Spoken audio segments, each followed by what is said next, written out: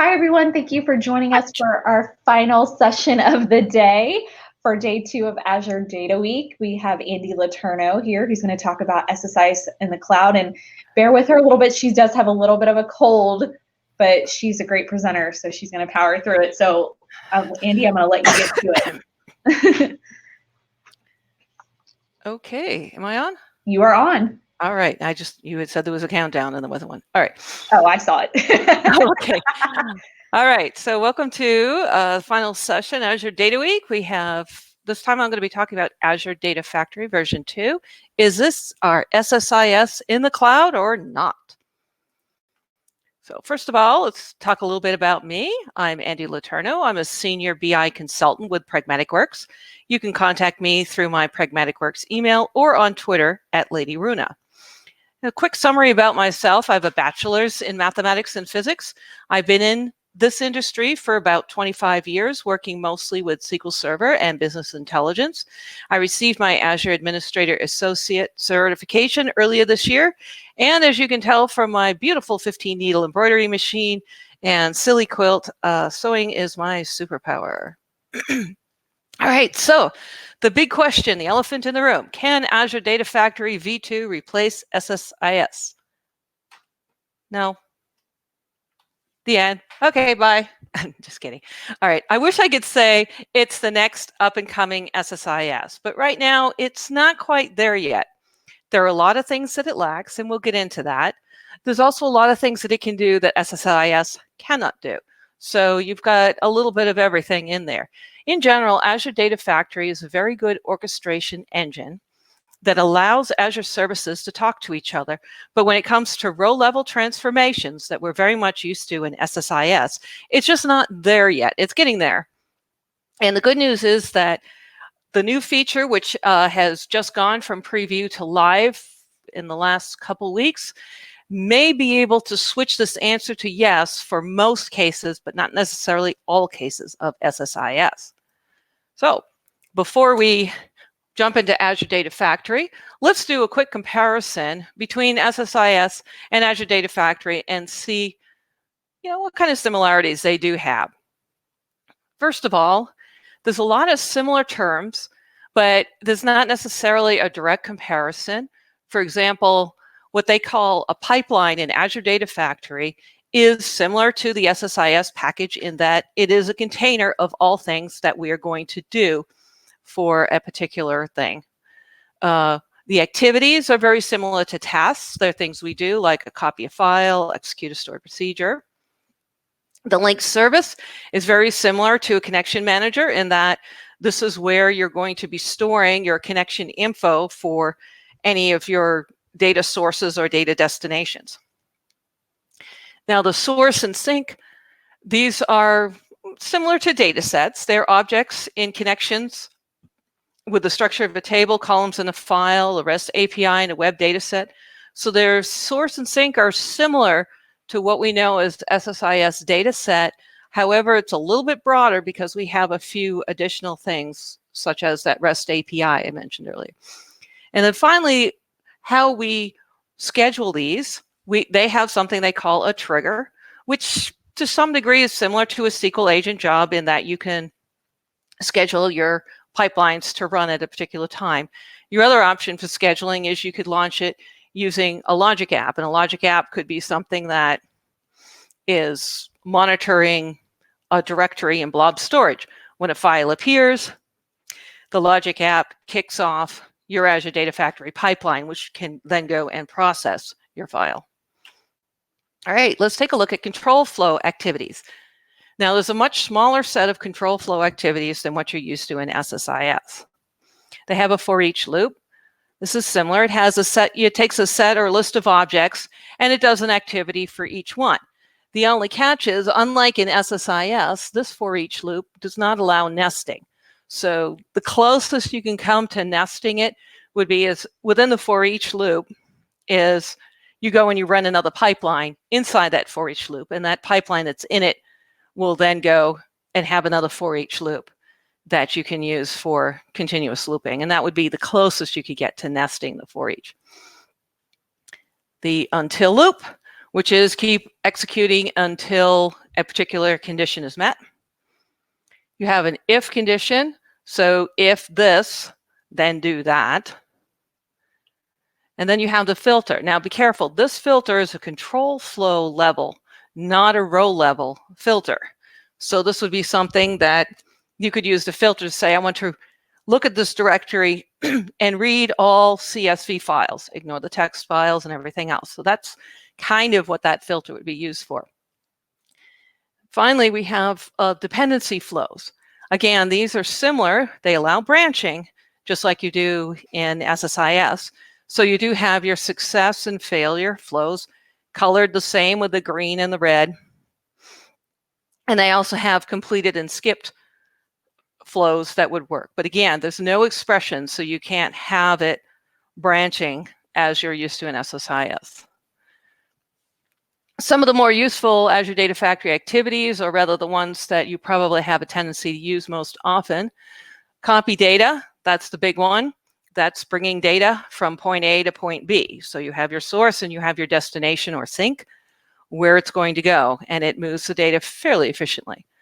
A lookup will return data from a query, procedure, table, or other data source.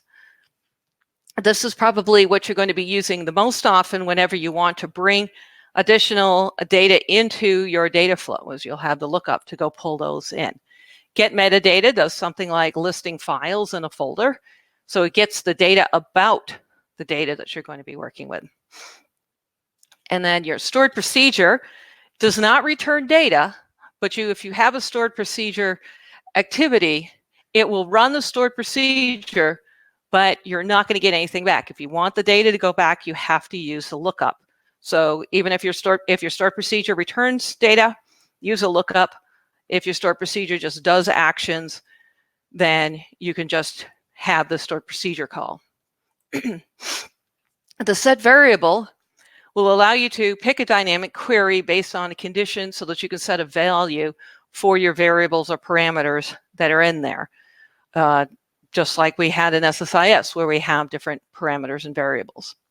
And then the web activity is one that's going to be commonly used. Most of the time I use that for calling a logic app so that I can send an email to my customer to say, oh, the pipeline is completed or the pipeline has failed, depending on how that works. And we'll take a look at those in a bit. In fact, now it's demo time.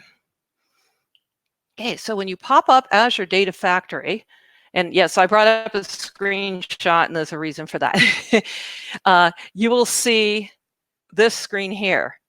One of the things that you'll want to do, especially if you're working in collaboration with others, is click on the Set Up Code repository. And what that does is that's going to set up DevOps integration, where you can save your code and you can do some source control. We take a look, here's the repository settings. In fact, I just reset up my project a moment ago to make sure that we had the latest and greatest. So you do that, you hit apply, and it goes to here. So this is what Azure DevOps looks like. And this is an example of what my Azure Data Factory will look like in DevOps. And as you can see, I mean, generally speaking, all of these are JSON files. So again, this is how we can have multiple people collaborating together on it, is that every single one of these data sets, data flows, etc., are stored in separate JSON files. And actually with DevOps, one nice thing is these pipelines are actually allow you for continuous integration with releases. We do have boards where if we want to assign tasks and work items to other people. So definitely look into making sure that your Azure Data Factory is connected to it. Now, when you open up Microsoft Azure at home and then you select your Data Factory, you'll have to hit the author and monitor to go into Azure Data Factory. And that will bring you to this screen. Now you can see that I don't have the setup repositories. This does have, though, on the screen, a whole bunch of links to various kinds of training videos and tutorials to explain to you how to use Azure Data Factory and give you some ideas what you can do with it. It does have now, yes, this is one way that you can have SSIS in the cloud, which is you can configure something called the SSIS integration runtime, which will be essentially a little application that when it's turned on, it's going to spin up in the background some VMs, which you don't have direct access to, but those VMs will be running, and it will be essentially running the SSIS engine just like what you have installed on-prem.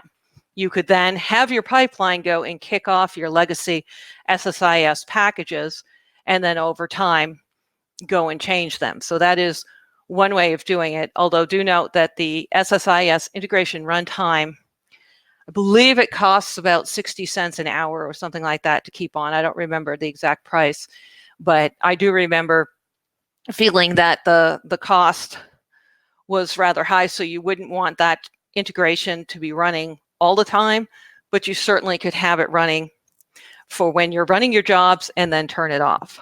So that's something to consider, at least for the hybrid situation. In Azure Data Factory, they know that copy data is the most common, so they actually have a wizard for creating a copy data type pipeline. And then they also have some templates, which we'll be taking a look at in a moment. And then finally, of course, create a new pipeline. If you click on one of these, it immediately goes into the authoring view. For now, though, let's take a look at monitoring. So the monitor, you can expand and contract over here on the left to see the words.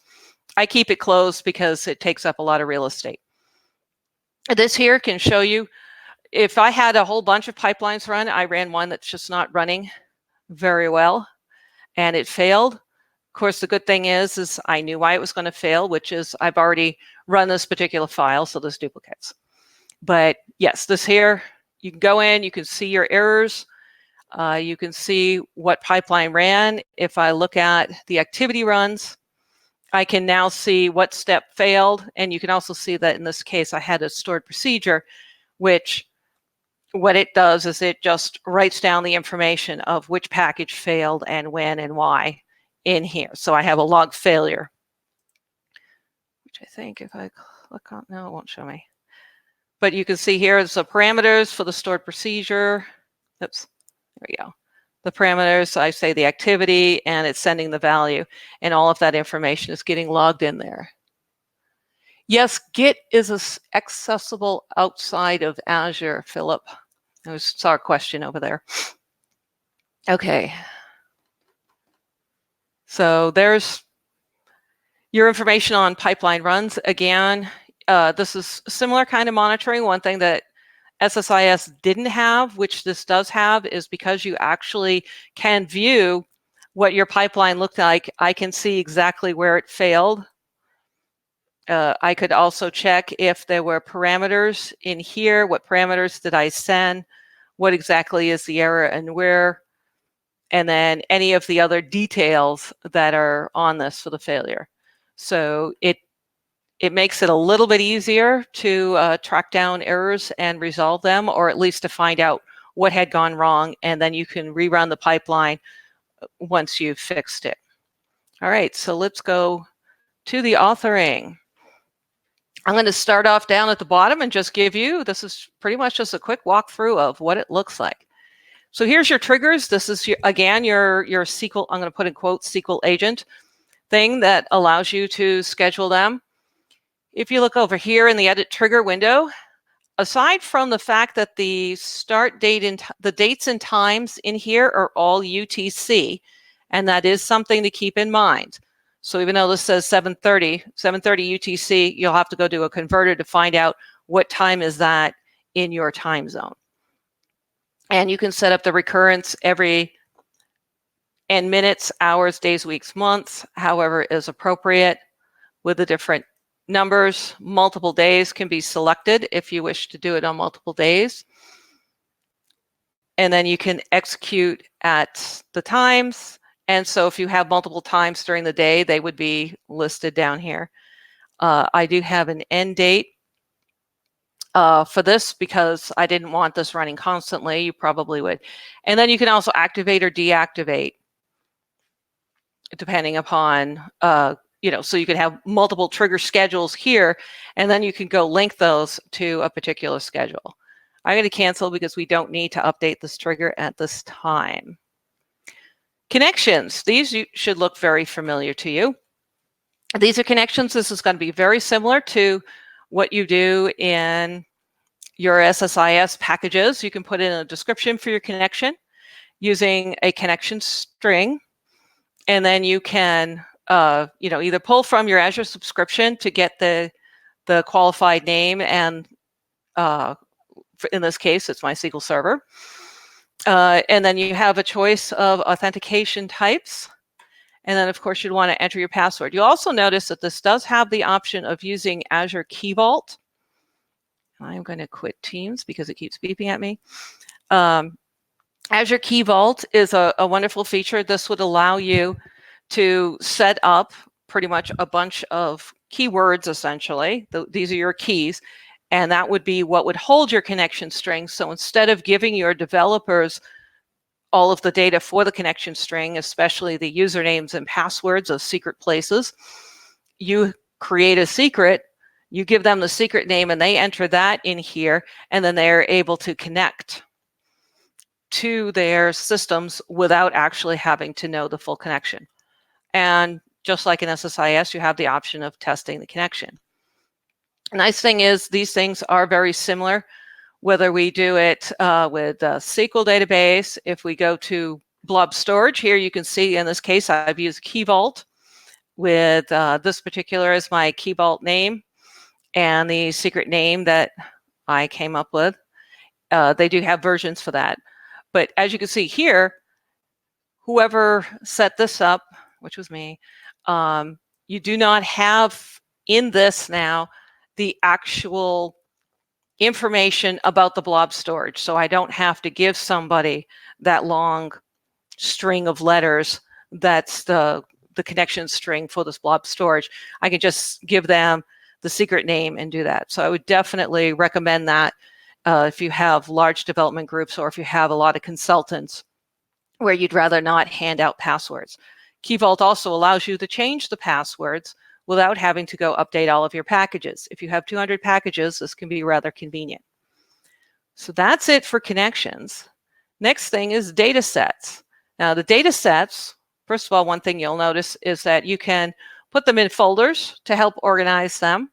This is kind of a nice, convenient thing. As you can see, I have a demo data folder as well as just kind of the generic set of data here. So if I pop open this is the customer table for our Azure SQL database. And so I just have it connected to my link service, which is my Andy demo. And I have it sales LT, and we can preview because this is an Azure SQL database, and I know it's up. So you can preview your data in there if you have the connections. You could also set this up with parameter names if you wish. And then if you want to look at, say, for example, the CSV, you'll notice that these are very similar. You come up with the location, which is connecting to my blob storage. I have various column delimiters that I can choose from. One thing that's nice is they do have things like the start of heading that they allow you to use. And I found that that's nice to have if you have a lot of special characters in there. You may wind up using those. They have row delimiters, quote characters. You can have, whoops, there we go.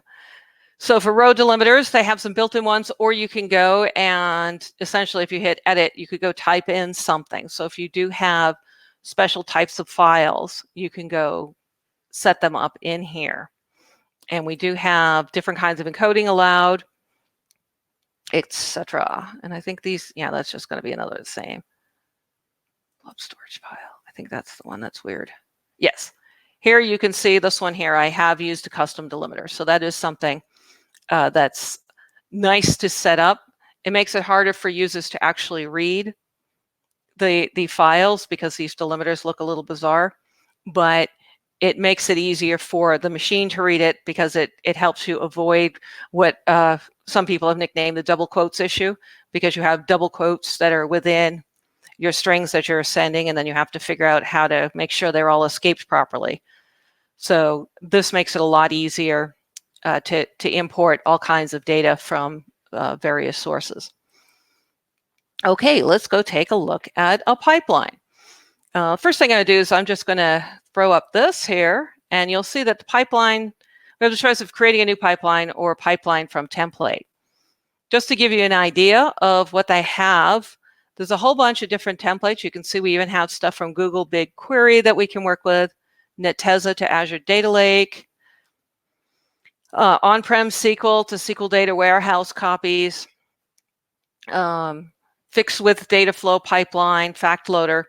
So they already have several of these templates, and essentially they are more or less pre-built. They'll just get their wizards that will ask you questions of, please give me the connections for your source and destination, and it will go through and set up most of the pipeline immediately for you. So I definitely recommend you go through and just experiment with a few of these templates just to see what they look like and if any of them can work for your needs.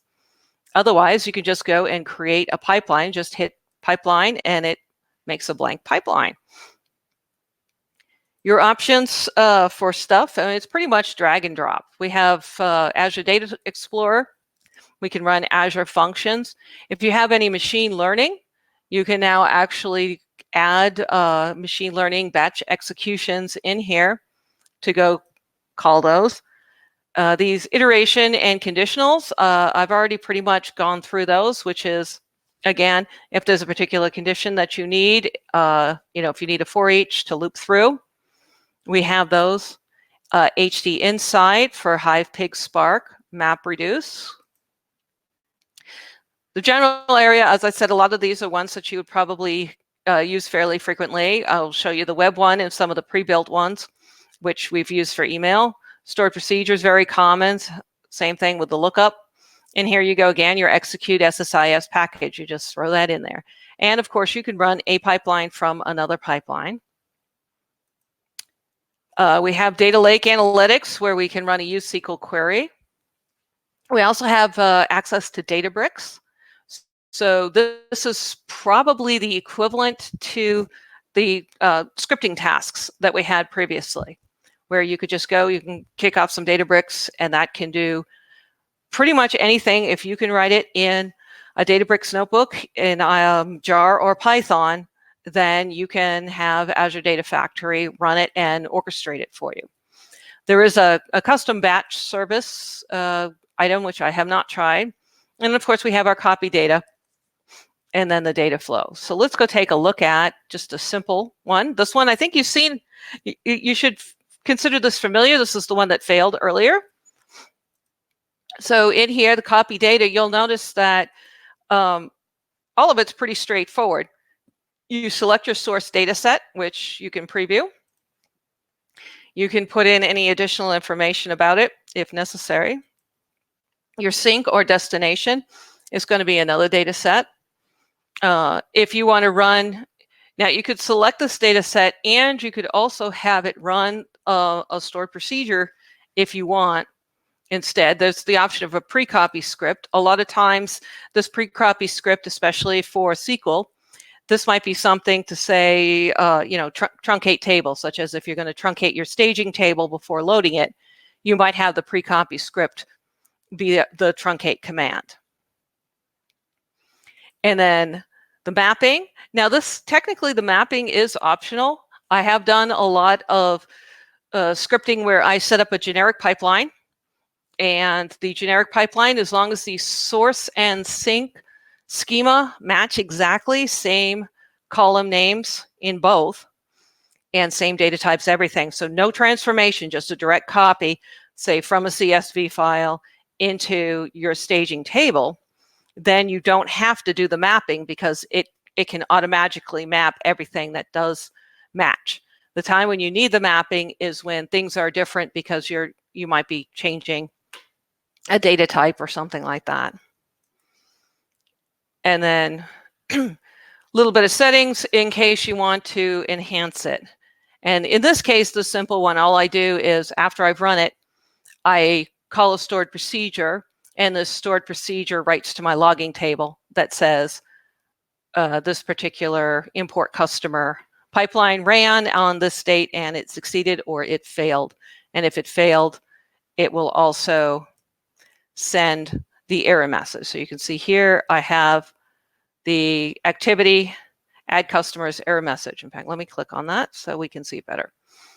So within each of these parameters that you have that you send there, they do allow you to do dynamic content. And in this case, I'm literally pulling back the error message from CP add customers.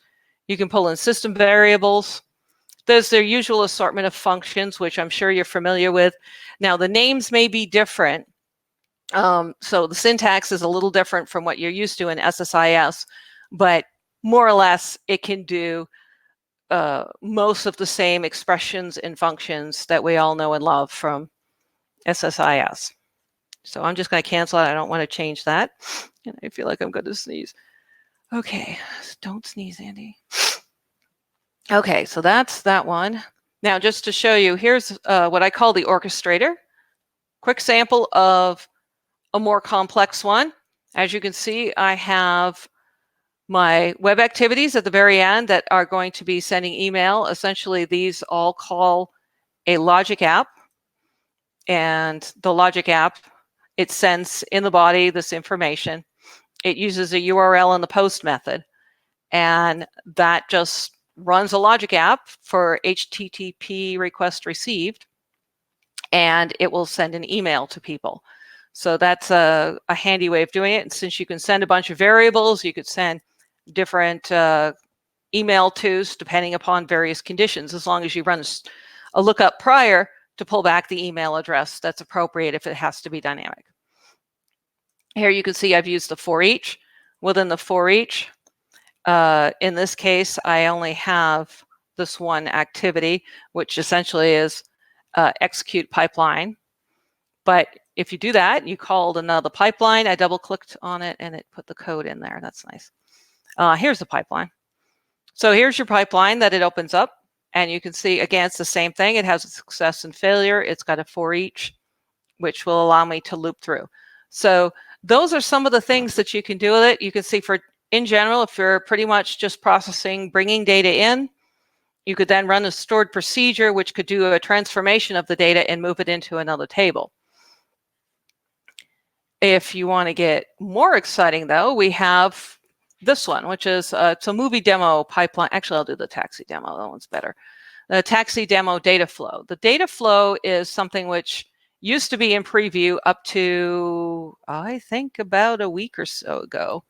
Because the last time I looked at this, it was still in preview. So now that this has come out for real, I had hoped that they were going to be adding more features to it that are more like what we know and love in SSIS. They haven't yet.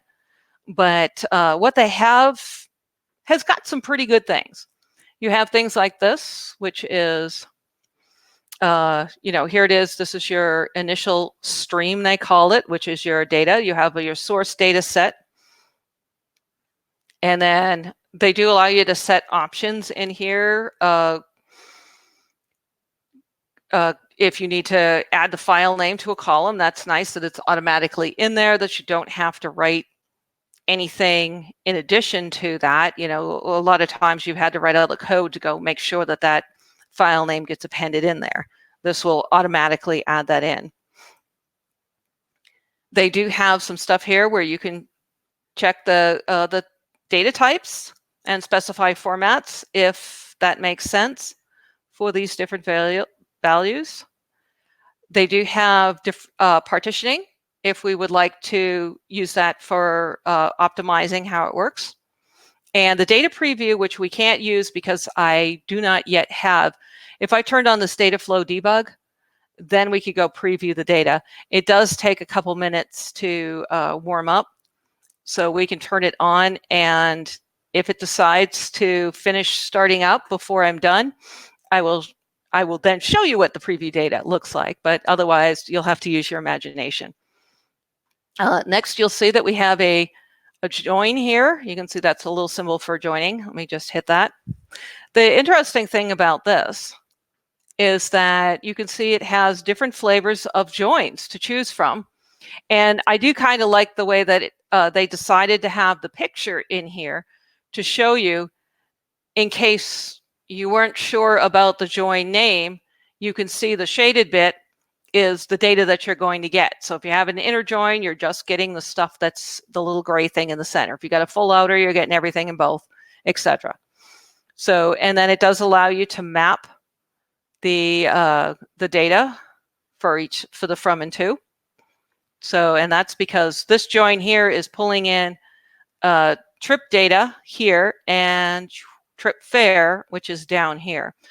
Also, what's interesting is that it does give you the number of columns in there, and then this tells you the total number of columns. So when I'm joining, I can see here's the multi-column join conditions, which is nice that they have multiple columns allowed. If you want optimization, we can try some partitioning, and then we can inspect it, and that's still coming up, so that's not going to data preview. Next, we'll have, in this case, we have an aggregation. Aggregations are kind of neat. You notice that the match data's column, we're doing, looks like we are joining, let me see if I can get that bigger. There we go. So in this case, as you can see, when we're doing the aggregations, they have another expression builder. This actually looks a lot more like what I'm used to seeing in SSIS, which is a good thing. Means most of us will be able to figure it out fairly easily.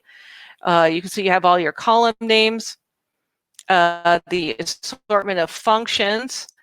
They very kindly allow you to hover over, and they will give you an example of how to use these in case you haven't used them. So, you know, again, scroll through this and see what all they have and see if this fulfills your SSIS needs. The next one we're going to do is your sink. This is your destination. So in this case, you can see this is actually going in 2 separate branches. Let me just open that up more. Actually, there's 3 branches because this one's also running something. So this is with the join match data. One is aggregating the vendor stats and the other one's aggregating the day stats. And then they're using the sink, which is a destination table. Oops, I unselected. And again, this is similar. One thing that I think is really fun is this option down here. You notice that it says allow schema drift. If you're wondering what exactly that means, have you ever had something where people are sending you files all day long, and then for some reason somebody adds one more column and the whole shebang dies? What allow schema drift does is if there is a new column suddenly, it just goes, oh, there's a new column, that's cute, and it keeps going. So you can allow that. Of course, that also means if you have allow schema drift and it does drift and we added a new column, nothing's going to fail and you won't necessarily be alerted to the fact that your schema is now a little different. The only time you may find that out is if you actually go and check out those files that are being sent. But the good news is at least it won't crash on you when things suddenly change. So you still have your settings where, look at this, they have the file name options. They have, do you want things quoted? Do you want to clear out the folder when you're done? Are we going to skip duplicates if we have them? In other words, go in there, oh, it already exists, I'm not going to add it. And you have some optimization, and our data preview is not going to be ready yet. So that's the general gist of what this particular one does. Now you'll also notice that it kind of automatically lays things out, because if I go in here, I just clicked on, there's a little plus sign right here, which is between each of them. And that's how you go in and insert something else. So if I click on the plus, you can see this is the limited list of possible things that our data flows can do. They do have some branches. That's kind of neat. They do have joins. We do have the conditional split, which should work pretty much what you're used to in SSIS. We have checks for existence. We have unions. It's ready. We have lookups. You can do hey, you slid down on me. You can do a derived column. If you need to add another column and you want to derive it from something. select specific portions of the data. The aggregate you've already seen up there. You can have it generate a surrogate key. Pivoting and unpivoting the data, and then kind of like a window function of sorts. You can do some row. Here's your row. More or less, this is it for row by row, which is your filtering, sorting, and altering the row. So that's pretty much all that there is, because the last part is the one kind of destination, which is a sink. But again, that sink can be set up as multiple different types of things, depending upon what you've put in for your connections, which we created in the beginning. So any connection that you have created can become a sink.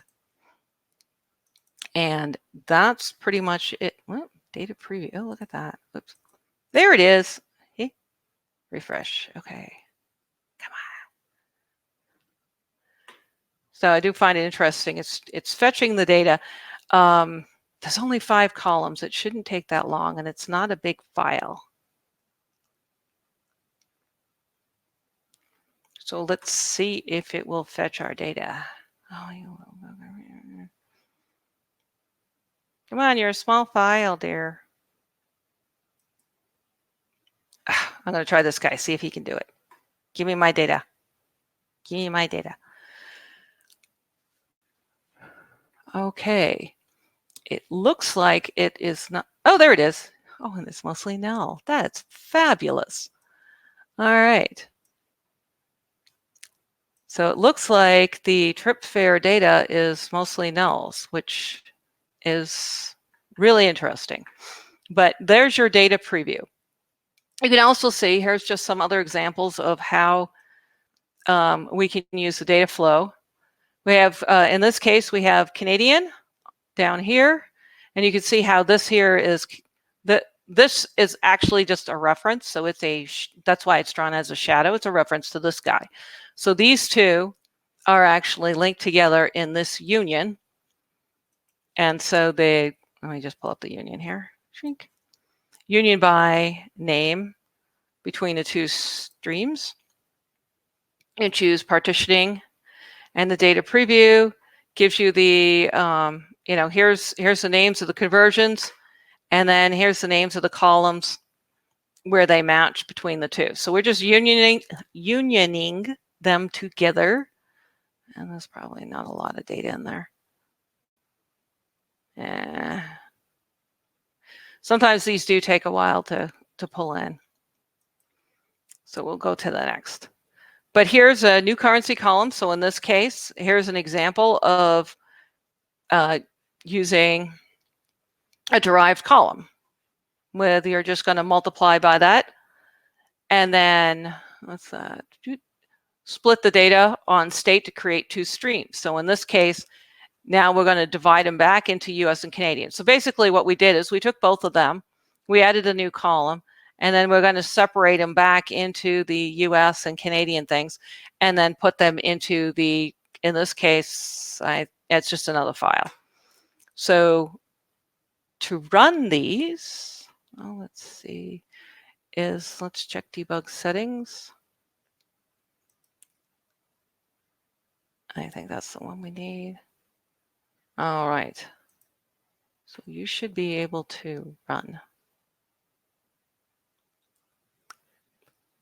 Saved. Oh, they're saved. Okay. Why is that not running? Oh, because I have to run it from the pipeline. Brilliant. Okay. What is this one called? Currency converter. I don't have the currency converter. Oh, all right, fine. We'll run the movie pipeline because I do not have the currency converter. To run it, you have 2 choices. In this case, and this is for any of them, for some reason, I don't have the currency converter pipeline to call that. But in this case, to run it, we could set up a trigger. And a trigger, I'm just going to hit edit now so you can see that. In that case, what I've done is I have applied to it that, remember that daily run schedule that I had? That's what all you do is you just apply that trigger to it. If you didn't have one, you could go and, in this case, I would need to add a new one because the only existing one I have has already been applied. But you could run that, or you could hit trigger now and it'll run. And the other thing you can do is hit debug. When you hit debug, this will show you the in progress of what it's doing. In this case, it is running the data flow. And we should be able to, there's no parameters. Actually, I think we can go to the movie demo and it's not showing it here. Okay. It doesn't look like it lets you view it as it's running, but you do have the information on the parameters sent and the output. And if you refresh, it will show you. I'm not sure how long this one takes to run, but basically that's what you will see, is you'll see it in progress, it will run, and then eventually it will either fail or succeed. So that's pretty much it for Azure Data Factory. The only other thing you'll want to remember is that once you've created these, you hit Save All. You'll also note that right now, because I am connected to DevOps, I am in my own personal branch. So what you would do is you'd hit Save to save these, and then when you publish, it's going to make you save it to the repository, and then you can finish publishing it in the master branch, because this will take a copy of all of the items that you have modified in here and promote it. When you go through DevOps, actually, we can just, yes, we know that. Merge change, so you merge changes to master, which we'll do in a moment. Oh, I didn't make any changes. Well, if you've merged the changes, if you had saved the changes, then it will do that. I made sure that I didn't make any changes. But then you would go, and if you change to master branch, I'm going to discard those because I don't want those changes saved. When you go to the master branch and then you hit publish, then it is going to publish any of your changes, and those changes will actually be in the triggered workflow. If you forget to publish it from the master after you have made these changes, then your changes will not appear when it is triggered by the schedules. And that can confuse people with the automation. I'm guilty of going through that. So just remember to always publish every time that you have triggered it. Okay, so oops. Yeah, I'm gonna go back to that guy. There he is. All right. So again, this is pretty much our limited set of transformations that are available. And it's kind of the closest that you're going to get to some of the row by row items that you have in SSIS. Again, you don't have absolutely everything, and you can't take an SSIS package and push a button and convert it. As far as I know, nobody has done a device which will convert SSIS packages, which are kind of in XML, convert that to essentially JSON, which is what all of our Azure Data Factory items are recorded in. But here's your list of transforms. And then this is kind of what it looks like when it runs. If you actually are running it directly in there, you will see, just like you see in SSIS, you could watch these guys spinning and you can get some stats on it. And of course, when they are finished, they are all happy. So that is what I've got right now. And I can see that we have a slew of questions.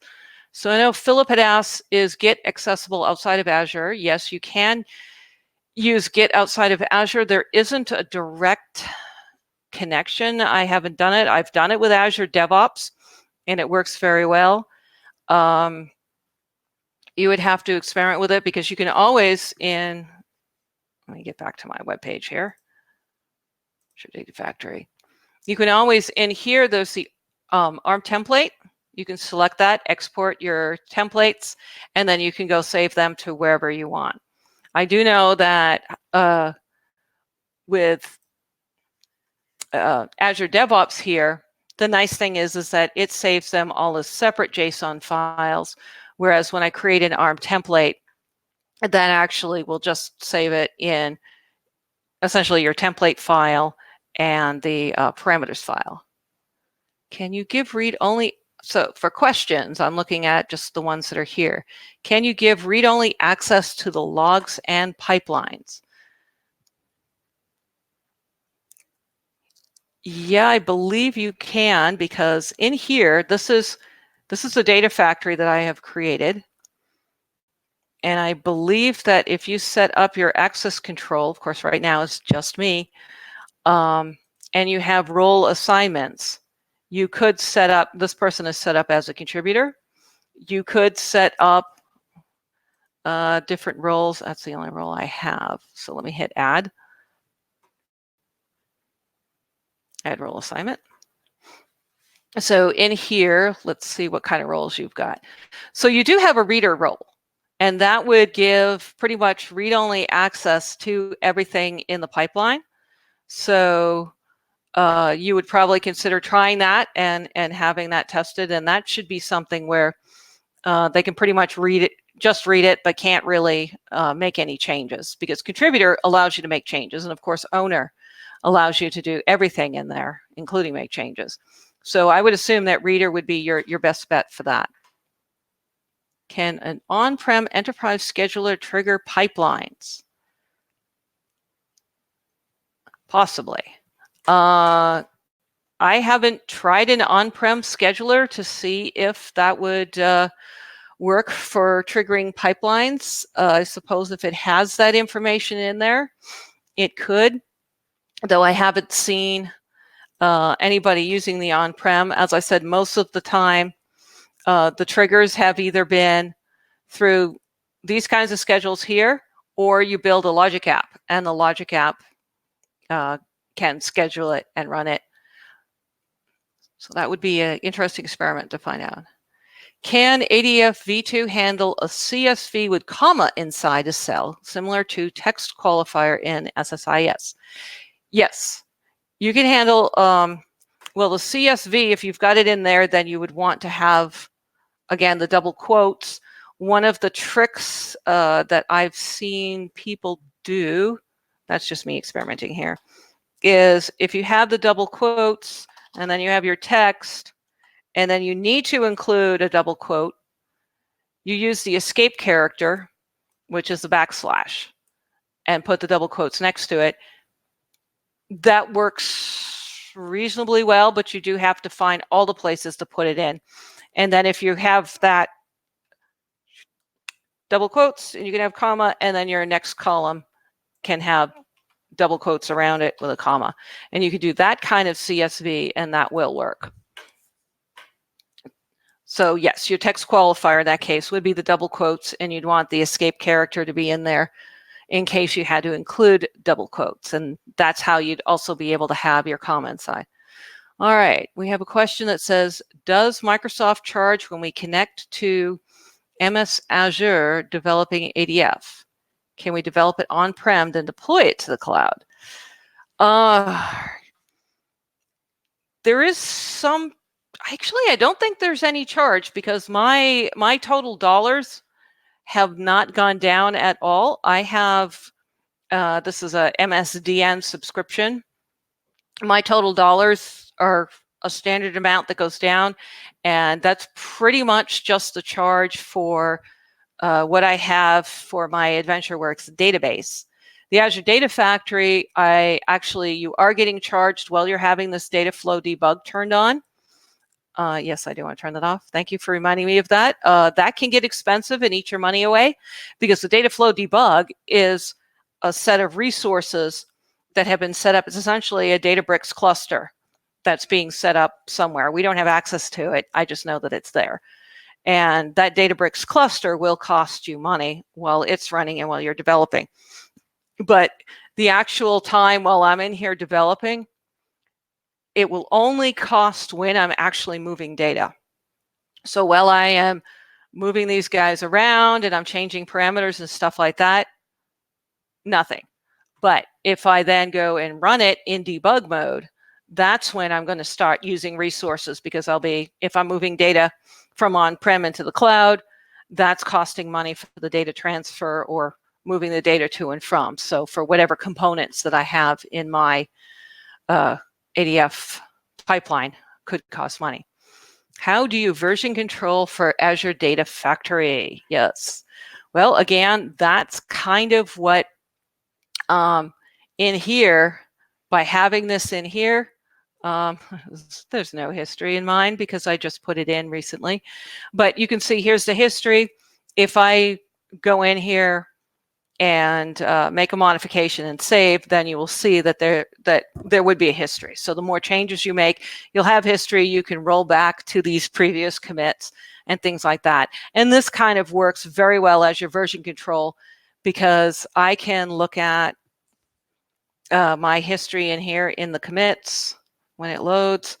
And if I've gone in there, I committed something, and then Michael goes, oh my God, you changed something I didn't want you to change. We can go in here. So here's the initial commit, and then here's adding the new trigger. So technically I could go to this and I could create a new branch from this, or I could roll back to this version. So you do have version control through DevOps. I found that that's the easiest way of doing it. That's kind of their replacement for some of their other kinds of source control that they've had. Synchronous or asynchronous ADF components. Wow. You know, I've never checked which ones are synchronous and which ones are asynchronous. And I know that that was a constant quiz that I had gotten. That one's one I'm going to have to look up to see if they count as synchronous or asynchronous. As far as I know, they just kind of run in the order that they're put in. And can you BIML like an SSIS? Well, if you really want to, you can, where did it go? No, the repos, there we go. I mean, in theory, the closest we've got really to BIMLing is you can go in and you can edit these JSON files.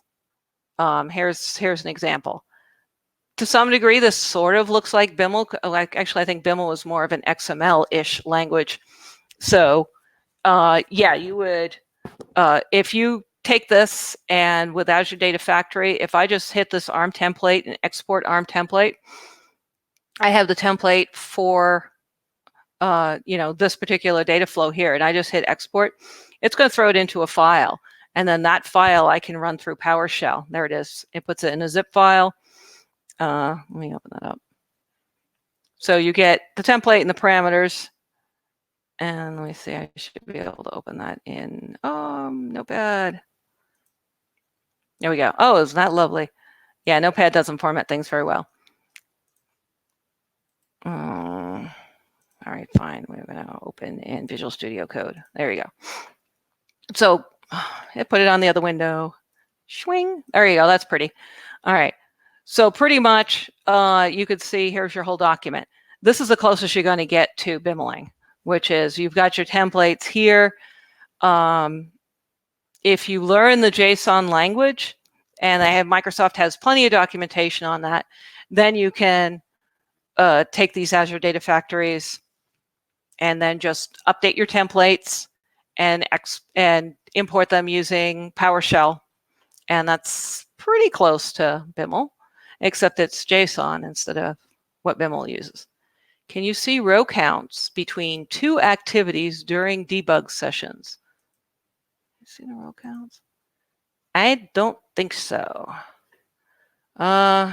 You can retrieve the row counts, that's right. And I can't run some of these because I don't have the databases that these are connected to. But when some of these guys run, you are able to capture the row counts, like especially for a copy, you have the row counts before and after. I have that in my logging database that I actually pull in the number of rows that have been read and written for that. So you can get some row counting. For SQL Server activities, the only way you could do that would really just to be to run a SQL query to go ask for the row counts. How do you configure or manage configuration for connection syncs, etc., across multiple environments? Oh, that's fun. Yeah, so For many of these, you can, so in here, you'll notice here I can type in the table. You can also add dynamic content. So we could have dynamic content. Then when you export this to the ARM template, you can assign the variables, each of these parameters here for the dynamic content. You can assign different ones, and then you would have that parameters page. So when I open that zip file here, this guy, the link templates, this ARM template parameters JSON, that contains all of the parameters that I could use. So you could put those in with different words for your values. So here, this connection string here, I'd have my production connection string or dev or test. Also within, where do you go? Data Factory, this. Within this guy here, I don't really go into that because we don't have time to do that. But within here, we do have builds and releases, and you can set up in DevOps a release profile for each of the different levels so that you could pull in the code that's changed and then run the release into each of the different levels. So that would be something I would recommend that you go look into exactly how it works. Yes, and I know somebody just commented that's a huge topic worth a session of its own. You are absolutely correct. Okay. What is the best way to execute a pipeline manually? What is the minimum permission needed to execute? Minimum permission, I believe, would be contributor. And the best way to execute it manually on demand, there's actually two ways. It depends. If you want to sit there and run it and watch it running in your own window, you can run it in debug mode, and it will run the version that you have up. So in this case, I am in the master branch, so it will run the master version. If I want to run my version, I have to switch to the A Laterno branch. There it is. And then hit debug, and this will run. And then we can see what happens. Your other option, of course, is you can hit trigger now, which will actually run it. Either of these is okay. As far as I know,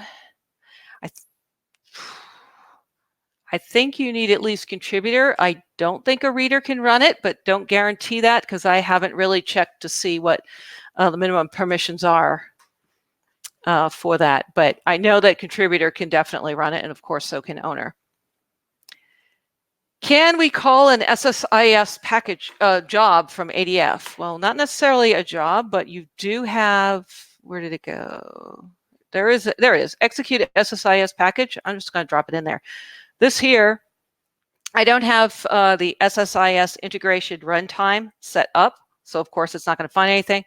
But if you create that, which is something you're going to create in under connections here in integration runtimes, in here you can create the SSIS runtime. You just hit that lift and shift existing packages.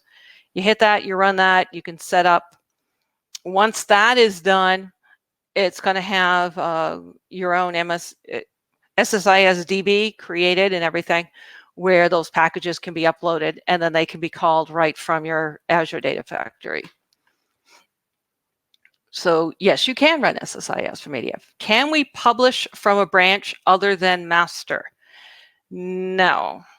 That's, well, that's the way that it's, actually, that's the way I set up my publishing. Where it says publish is only allowed from the collaboration branch. I suppose if you call something else a collaboration branch, you might be able to. But we've always just published from master, and then because that's the official one that's published, and then the ones with each person's names are essentially the working branches. But you can, I can go and I can create additional branches if I want, in addition to the one just with my default name in there.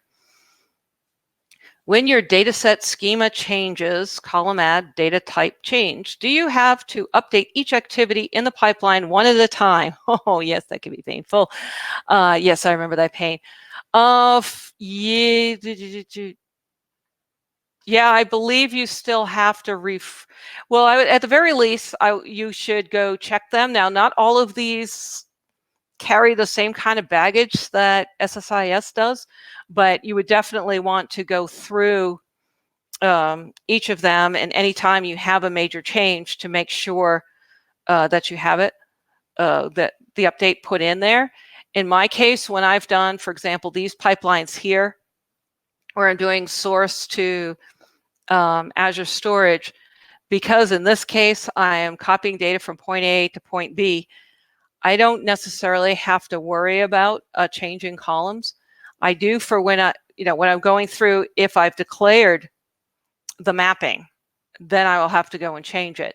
But for some of these, when I've set them up dynamically, I don't have to go check it. And it's 2 o'clock my time. So it looks like I'm going to have to wrap this up. I know there's a handful more questions, but those I can answer, and Liz can tell me where to post them.